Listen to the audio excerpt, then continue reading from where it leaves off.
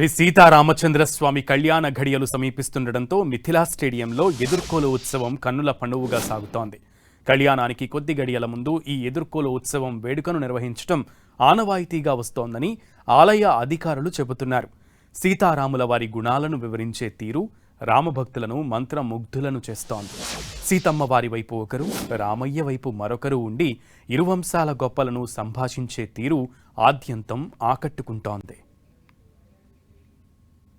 నారాయణ రామానుజ చిన్నజీర స్వామి వారి పక్షాన జీర్మఠం నుండి శ్రీమాన్ అశోకరావు సుజాత దంపతులు హైదరాబాద్ వాస్తవ్యులు కూడా ఈ సందర్భంగా స్వామివారికి అమ్మవారికి పట్టు వస్త్రాలను సమర్పిస్తూ ఉన్నారు.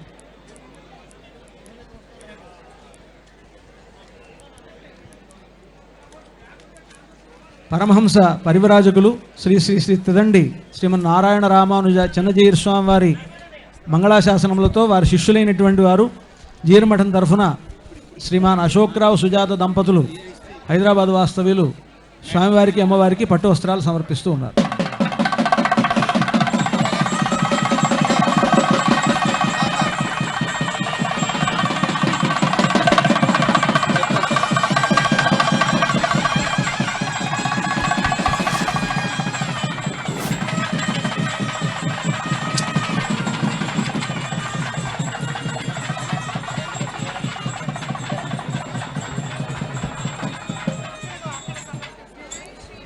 అదేవిధంగా ఈ కళ్యాణానికి పట్టు వస్త్రాలను సమర్పించేవారు పోచంపల్లి పటాలను సమర్పించే చేనేత కళాకారులు రాపోలు గణేష్ గారు, జయరాజు సుజాత దంపతులు, సునీత కవిత మొదలైనటువంటి భక్తులు ఇక్కడ ధ్యాన మందిరంలో నేసినటువంటి పట్టు వస్త్రాలను స్వామివారికి అమ్మవారికి ఎదుర్కోలు సందర్భంగా సమర్పిస్తూ ఉన్నారు. ఎలగందుల కరుణాకర్ గారు, గుర్రం శ్రీనివాస్ గారు, గుర్రం సంతోష్ కుమార్ గారు, రాపోలు భావన ఋషి గారు, మిరియాల సురేందర్ గారు, బోడే రవి గారు.